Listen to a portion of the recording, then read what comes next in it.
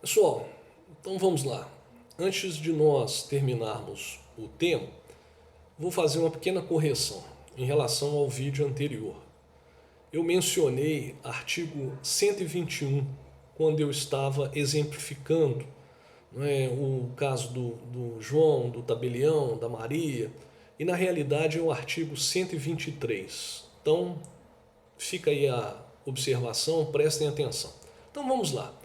Quanto à legitimidade para recorrer, nós já temos condições de saber que ela também vai variar de acordo com a modalidade da assistência. Mas antes, é preciso que se diga que o CPC, no artigo 996, ele prevê a possibilidade da interposição do recurso pelo terceiro interessado, pelo terceiro juridicamente prejudicado. Quem é esse terceiro? É aquele que poderia ter ingressado no processo como assistente simples ou como assistente litisconsorcial e não o fez. Porque se ele tivesse ingressado e estivesse recorrendo da decisão, ele estaria recorrendo na condição de assistente. Então existe essa possibilidade. Em relação à legitimidade em si, no caso do assistente simples, pelo fato dele não ser titular do direito material discutido no processo, pelo fato dele estar ali auxiliando o assistido para que ele obtenha uma decisão favorável, ele não tem direito próprio de recurso. Ele não pode interpor um recurso contra a vontade do assistido, porque o seu papel é de mero auxiliar da parte.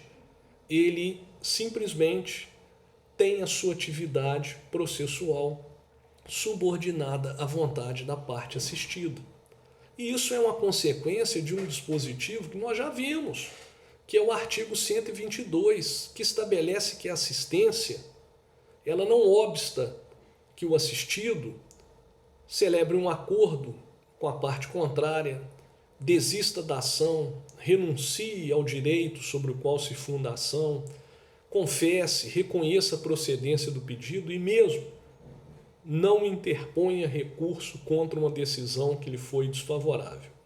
Então, o assistente simples, ele só vai poder interpor um recurso contra a decisão se o assistido também recorrer dela.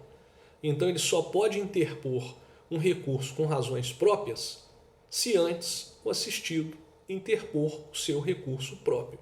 Aí nós teremos dois recursos, um interposto pelo assistido e o outro interposto pelo assistente simples.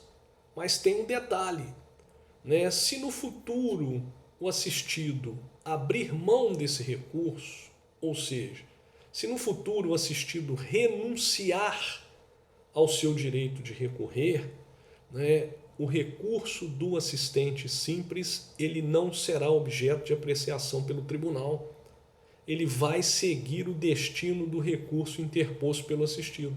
A apreciação ficará prejudicada. Então essa é a realidade do assistente simples em relação à legitimidade recursal. Agora, em relação ao assistente litisconsorcial, o assunto é completamente diferente. Por quê? Porque o direito material também pertence a ele. Que direito material? O direito material que está sendo discutido no processo também pertence a ele. Né? O juiz, ao sentenciar, vai apreciar essa relação de direito material. Ela vai ser objeto de apreciação. É certo que a sentença vai atingir a esfera jurídica do assistente litisconsorcial. Então daí vocês já podem concluir o direito dele de recorrer, né, ele tem direito de recurso próprio contra a decisão. A sua atuação, relembrem, não está subordinada ao assistido, é praticamente independente. Então, se o assistido não quiser recorrer, o problema é do assistido. O assistente poderá interpor o recurso próprio.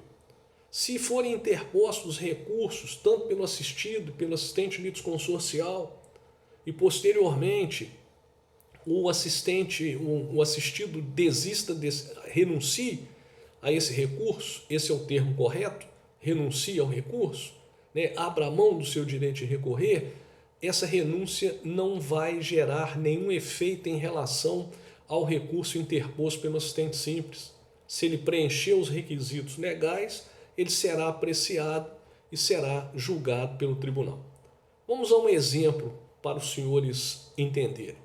O artigo 1194 do Código Civil, ele estabelece legitimidade concorrente entre o Ministério Público e os parentes lá listados para formularem perante o juízo competente um pedido de remoção do curador.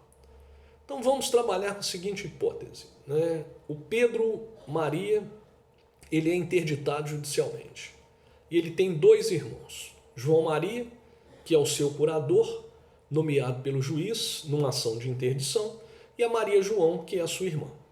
Então, num determinado momento da vida, o promotor que funciona junto à vara de família da comarca tomou conhecimento que o João ele não está exercitando a curatela como deveria. Ele está gastando o dinheiro da aposentadoria do Pedro, abandonou o Pedro numa clínica para tratamento de doenças nervosas e nem aparece para visitá-lo. Pedro está lá abandonado, sem ninguém. O Ministério Público, então, tomou a iniciativa e ajuizou um pedido, formulou um pedido de remoção do curador. Se vocês observarem no artigo 1194, a Maria, que é irmã do Pedro, também teria legitimidade para formular esse pedido. Então a legitimidade aqui é concorrente.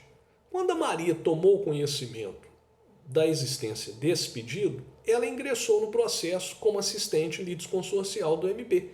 Também era direito dela, prestem atenção, formular o pedido de remoção de curatela. O processo seguiu, foram produzidas provas, no final o juiz entendeu que não há motivo para afastar o João como curador do Pedro e julgou improcedente o pedido formulado pelo Ministério Público. O Ministério Público diz que não vai recorrer dessa decisão, que concorda com os termos dela. Isso é irrelevante para a Maria João em relação ao seu direito de recorrer. Como assistente litisconsorcial, ela poderá recorrer mesmo contra a vontade do MP, que foi quem formulou o pedido original. Então é isso, senhores. Consultem a aula que eu postei em PDF, o Você Já Sabe, mas não custa relembrar que. Um bom final de semana para todos e um grande abraço.